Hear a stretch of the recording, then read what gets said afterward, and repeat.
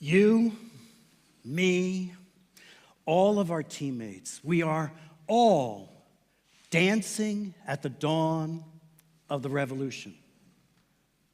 The fourth industrial revolution, which combines digital transformation and amazing new tools with analytics, AI, machine learning, data visualization, and us, humans, in ways never before imagined. Over the next couple years, you are going to have more power at your fingertips than you ever could have imagined. And if your spidey senses are going off right now, feeling there's a quote coming, you'd be right. It's, as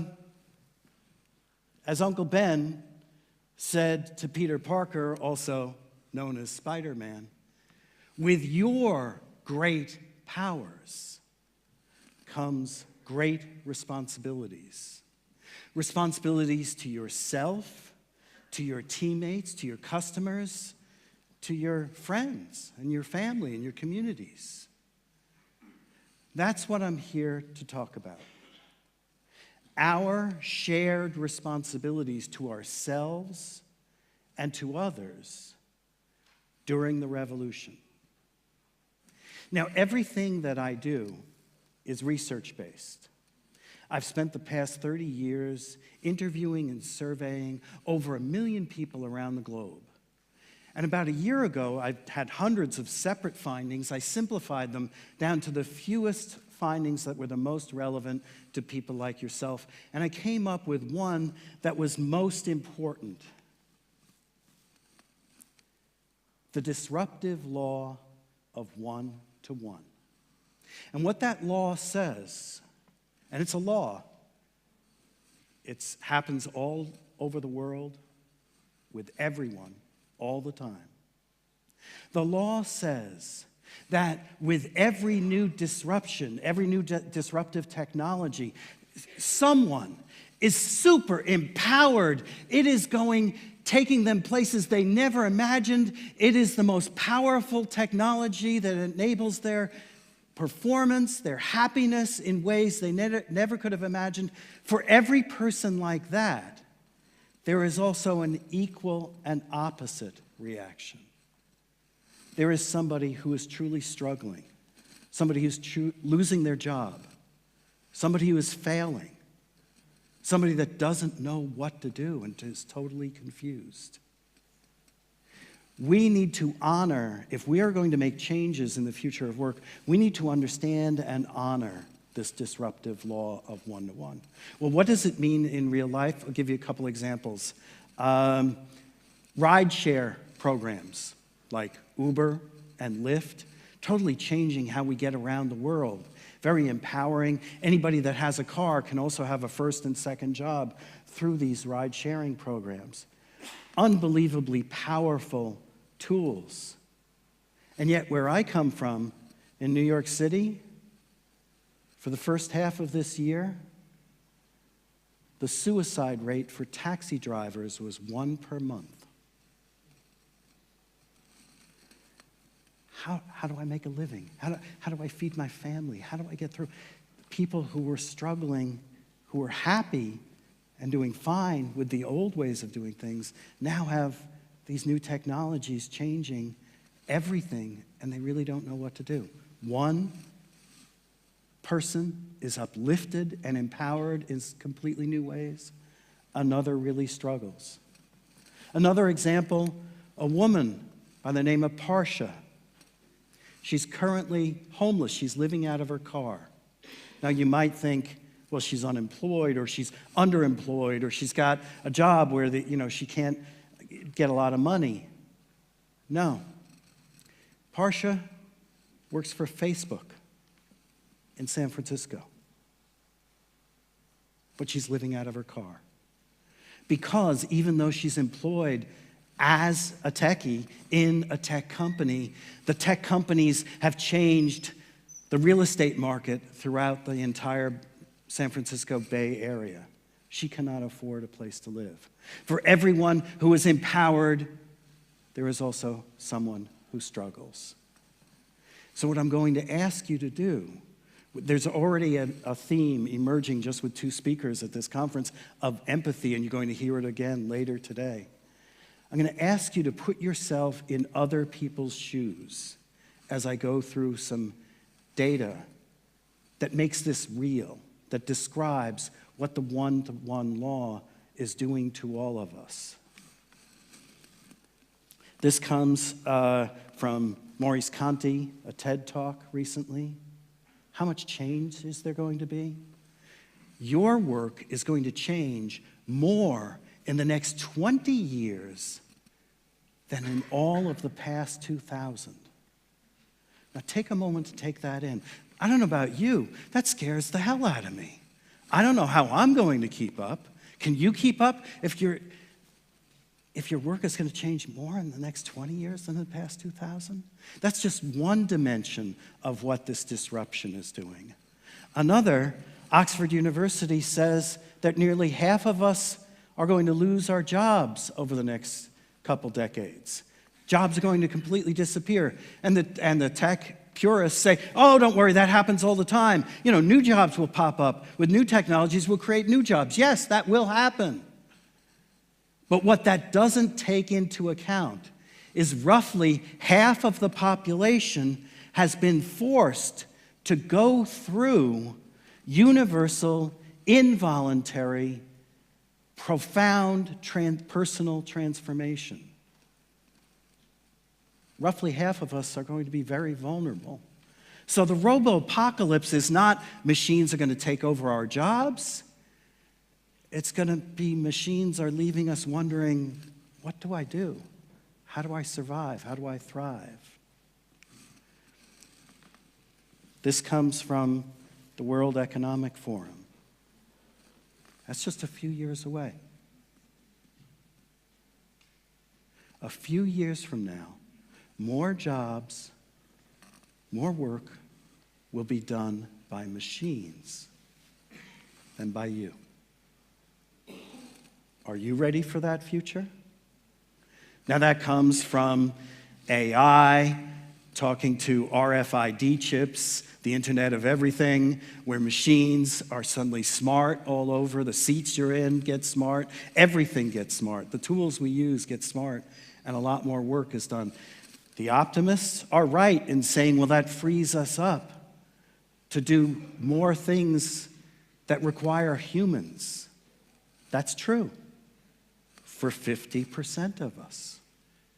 What about the other half that are also part of our teams, our society? What are they going to do at 2025? This comes from research that I just completed with a software firm, Ultimate Software. They do HR software. We just completed this about a month ago. We asked people, how prepared are you for the future of work? What is it going to look like? And nearly 3/4 said that the future of work will stretch them to their capacity or beyond their capacity. And you want to know the biggest thing? It's not even the newness of the technology, the newness of work. What it really is the overload. It's like, I got too much crap coming at me. How do I deal with all this? That woman is you.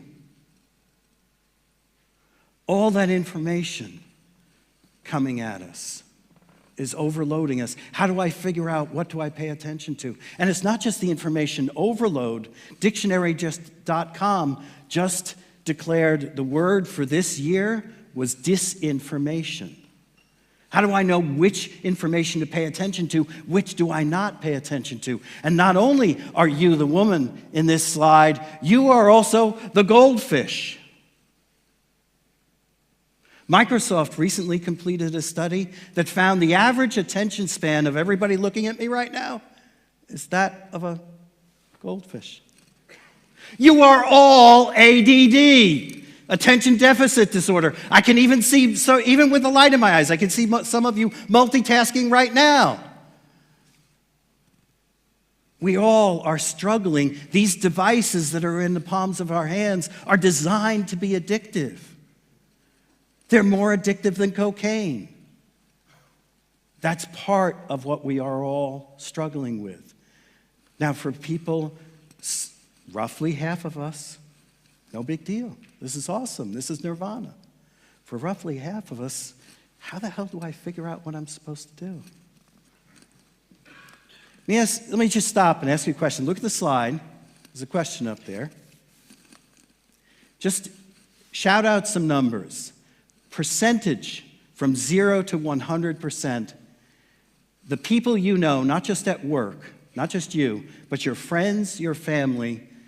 I've polled tens of thousands of people around the world with this question.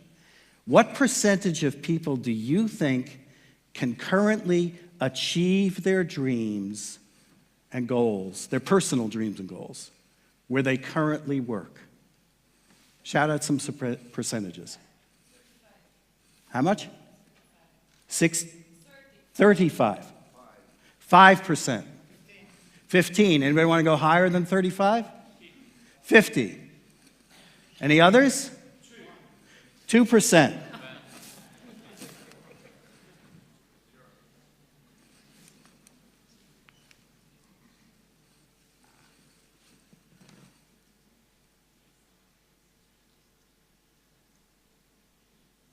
Less than 10% of us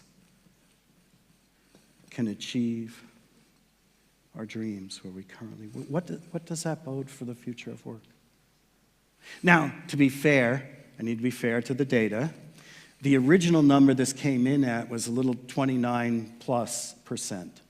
But we cut the data to come up with this. The 29%, by the way, which still sucks, it's less than a third of us can achieve our dreams and goals. That's still horrible.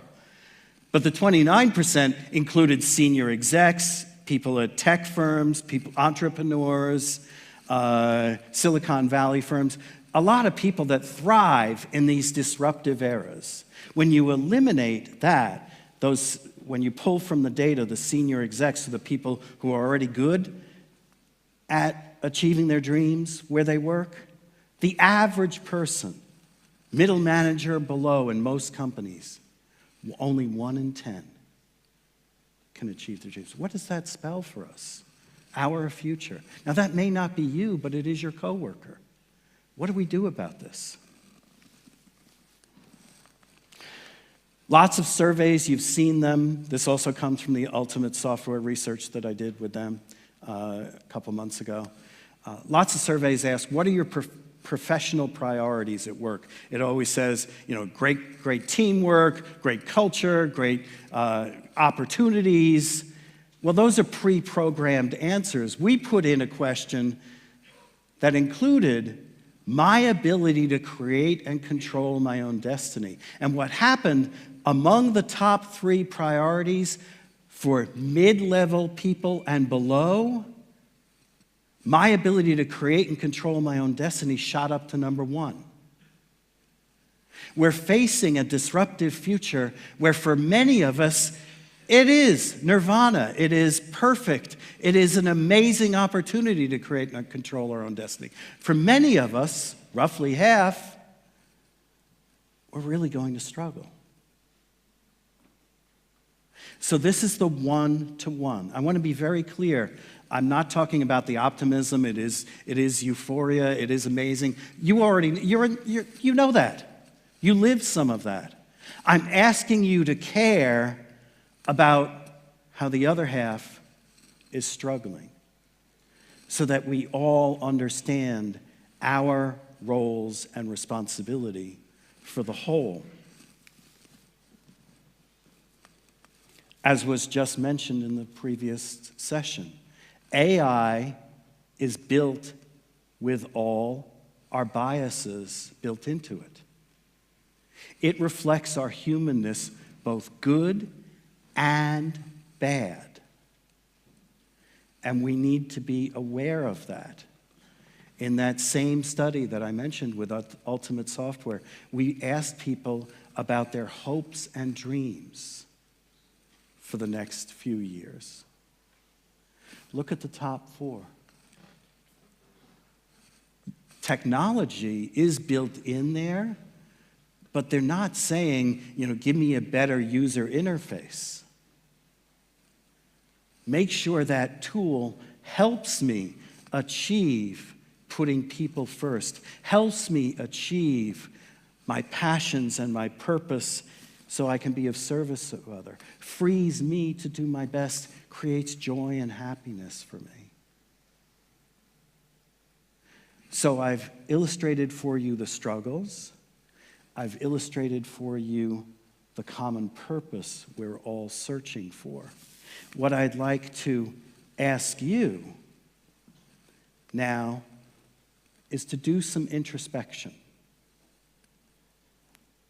If I'm here to talk about our responsibilities to ourselves and to others, I can't just do that by a quick Q&A poll. I can't do that by standing on the stage. I need you to finish this presentation. So the question I'm going to have here, I'm going to give you a couple minutes to interact with people next to you. The question I have for you is this: what do you want your legacy to be? Now, you don't have to die to live your legacy. Legacy is your impact you have on others. If we are going to live in a world where in the next 20 years we're going to experience more change than in the past 2,000, that means, depending on how much stress and how much change and disruption you deal with, somewhere between the next year and 3 years, you will have experienced a lifetime's worth of change. So your legacy has, at the very least, a 3-year cycle. So I do this exercise, I coach leaders around the world, and the first thing I ask them when I go behind closed doors is, tell me the legacy you want to leave. Let's say you impacted 100 people in the next 3 years. If I went and I interviewed those 100 people, what would they tell me the impact you had on their lives? So this is not about you, it's about the impact that you had on others, their lens for your legacy. So I'd like you to turn to your neighbor right now, take a minute or two, and just try to describe, if you can, in one word or a short phrase, what impact would you like to have on the world, on the people you touch, within 3 years? Turn to your neighbors and talk for a minute.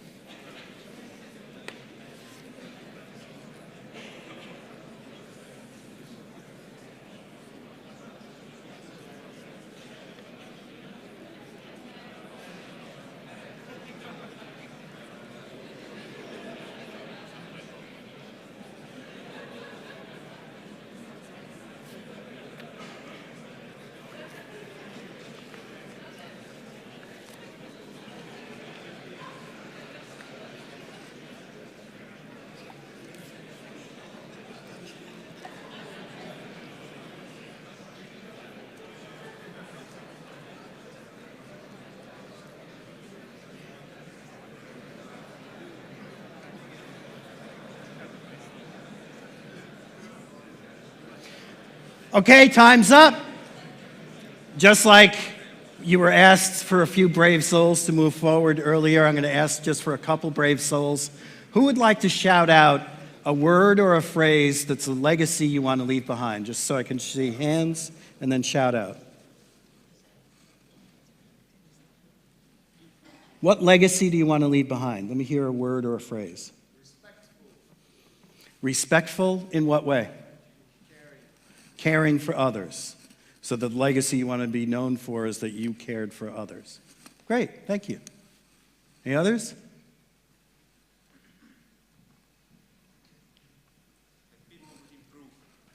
People would what? The people around you would improve because you were in their life. Terrific. Others? That because you were in their life, they would have more opportunities? So you said sharing opportunities, but... Building on the last presentation, lending the privilege to others. That's great. And they do the same to others. Great. So what I want, yes, one more. Say it again. How are you a catalyst? How are you a catalyst? For several things, like curiosity. So that you increase others' curiosities and others' happiness. These are all great, and I have a confession to make. This is really hard. It's very deeply personal. It's totally unfair of me to ask an audience like this just to shout out some words. I will confess that. But it sets up my homework assignment. What I'm going to ask all of you to do is when you go home tonight, think about this. If you have families or kids or a spouse or a boyfriend or girlfriend, talk to them about it. Because this is the essence of your future of work. The legacy you want to leave behind is crucial. When I do this with senior execs, I coach them around the world. I do this behind closed doors. This sometimes is a several-month exercise. It is really hard work. But if you peel away yourself to the essence of this, this is about you. This is about something that's deeply important to you, and that's how you're going to change the future of work. I know it's deeply personal. I'll tell you the legacy I would like to leave. When I discovered mine, it began July 14th, 1994. It was the night my mom died. She had a massive stroke. My sisters and I and our families all rushed to the hospital, and we were told in the emergency room, she's not going to make it through the night. So they told us to go up to we were on the ground floor, told us to go up to the 4th floor to the intensive care unit, ICU, and there's a family waiting room out there, and the wait in the family waiting room, will bring your mom up, and then you can be with her when she passes. And we went and we waited. 5 minutes, no mom. 10, no mom. 15, no mom. 20. My grandmother is sitting there. This is her daughter. The worst thing that could happen, you losing a child before you go. 25, 30 minutes. I'm waiting for my father to do something, but he's not a take charge kind of guy. So finally at 40 minutes, I'll confess, I was an asshole. I kicked, I screamed, I cursed, but I got people's attention. The doctors and the nurses, they all came over, and they were very caring and they were very empathetic. But if you strip away that empathy, the gist of what they said was, sorry, your mom's been dying alone in the emergency room. Nobody's holding her hand. Nobody's with her. She's in a corner by herself. And what happened was there was a miscommunication between the ER, the emergency room, and the ICU. Nobody knew to go get her. Well, fortunately, for that moment at least, they did bring her up, and we were with her when she passed. And I wouldn't say this occurred to me right away, but after the grieving process, 6-9 months later, I started to realize there was parallel to some of the research that I was doing at the same time. What happened was that hospital stole 40 of the last minutes that I would ever get with my mom. So my legacy is now my mom's legacy. And I talk to leaders about the most important number in business that nobody ever talks about. It is 1,440. 1440. Any of you know what it is? You experienced it yesterday, you're going to experience it today, you'll experience it tomorrow. 1,440. There are 1,440 minutes in every day. And that hospital stole 40 of the minutes that I got with my mom, and I'm never getting them back. Big lesson I want to leave with you about the future of work is everything that you do uses a portion of someone else's life. Think about that. The only way you get your work done is you use a portion of someone else's 1440. So what I teach, my mom's legacy, is not, I talk about how to write emails, how to run meetings, how to do strategies. I talk about all sorts of business crap. But at the end of the day, it's all business crap. What it comes down to is you and your life is what matters. And I teach people not time management, but the legacy that I want to leave is that you have more time with people you love because you thought about your legacy. You thought about what you want to do. Instead of cramming more stuff in the day, you figured out how to make more of a difference. That's the legacy I want to live. So let me remind you, what I just asked of you is homework, and it's really, really hard. But I'm asking all of you to do it because it will change how you live the future of work and how you impact everyone else's future. What are some other practical tips that I can give you before I leave the stage? There are 3 that I talk about universally around the world.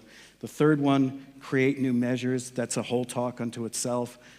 Text me, email me, find me on LinkedIn. I'll talk to you more about that later. But the first 2, I want to share with you a few tips around taking personal accountability for changing this one-to-one disruptive law so that more people around you, including you, are happier, more fulfilled, and able to achieve your dreams and goals where you work. And the 2 things that I want to focus on to leave you with are around taking personal accountability and to also change the conversation. So some very practical tips to really change the future of work one person at a time, and that's your goal, is to change how you use other people's time and attention at work. One thing that I found is very helpful, I borrowed this and adapted it from a social media guy by the name of Chris Brogan. I want you to think about 2019, that's right around the corner. And I want you to super simplify the entire year just down to 3 words. Think long and hard about those 3 words. Mine, for example, in red, network was one of mine for 2018. So what I did before I came to this conference was I reached out to most of the speakers and I said, "Hi, how are you? I don't know you, I'm going to meet you there." So I networked, I was conscientious about networking. But I want you to super simplify your next year down to just 3 words, because the hardest thing to do with all that information coming at us is to focus. And this is your super simplification focus tool. Just 3 words, and it's not like a mission statement where you have to publicly declare it and everybody sign on to it. These are deeply personal to you. Chris, his was a few years ago, he called it temple. He did not mean the religious temple. What he meant was he was overweight, he had to get in shape, his body was a temple. So that was his one word to focus on and remind him what he needed to do every month. So what I do is I teach executives how to super simplify an entire year down to just 3 words. And if you do that, you are able to get rid of all the clutter and the crap. You are able to focus on one person at a time and use their 1440 wisely and well, because you're very focused on 3 things for the entire year. This is a powerful tool. It becomes your personal development tool. So homework 1, what do you want your legacy to be? Homework 2, 2019, what are your 3 words for the year?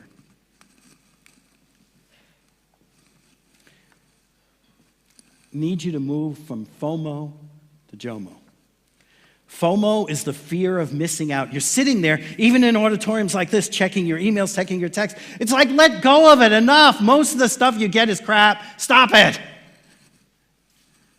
We're so fearful of missing out of whatever's coming on our phones.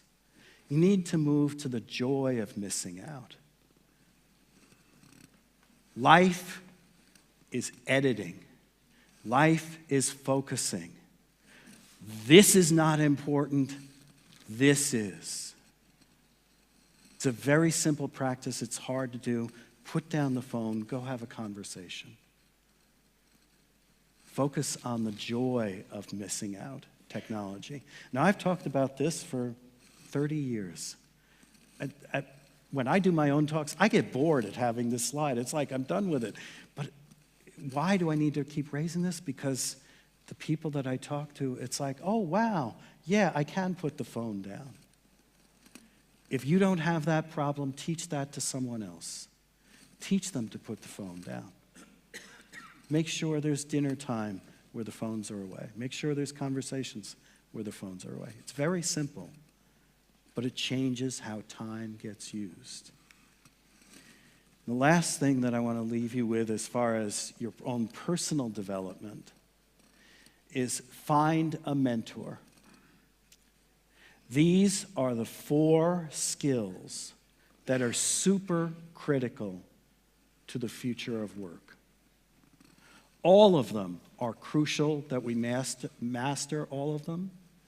Creativity, empathy for others, the courage to change ourselves and to leap into situations, and also personal agility, the ability to completely shift gears constantly. These 4 skills are the future of work. Hardly any of us, not me, not you, have mastered all 4. Do a personal assessment and think about which one of these could I use some help with. Seek a mentor that will push you. If courage is one of your issues, find somebody who will push you into uncomfortable situations. Is empathy one of your difficulties?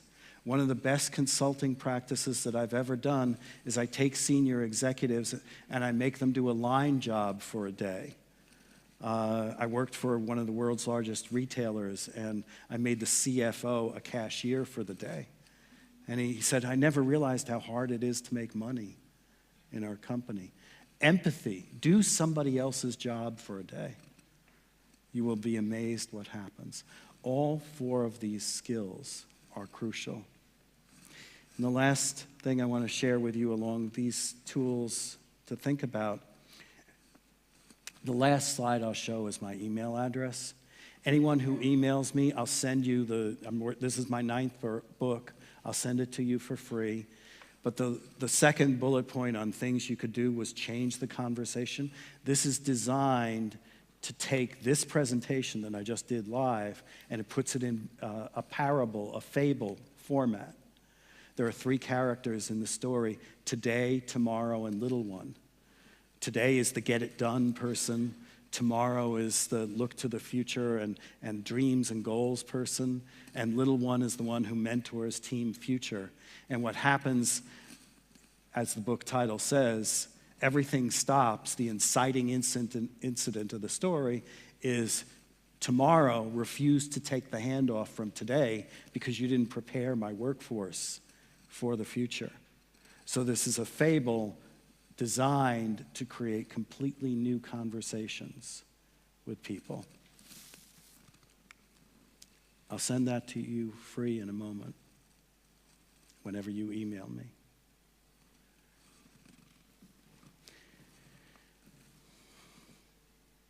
I'm here to talk about the future of work. I'm here to talk about technologies. Technology doesn't matter. You do. You do. You do. You are what's important. Not the speaker on the stage. Your family is important. You only get 1,440 minutes every day.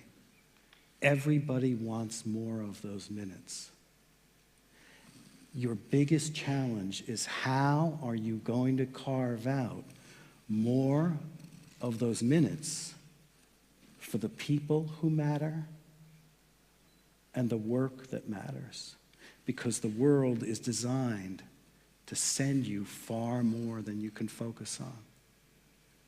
So what I've tried to share with you are some quick tips and tools, but mostly what I want to leave with you is the burning desire to make sure that you are focused on what truly matters. Will you spend your one most beautiful, precious, difficult life on something that truly matters?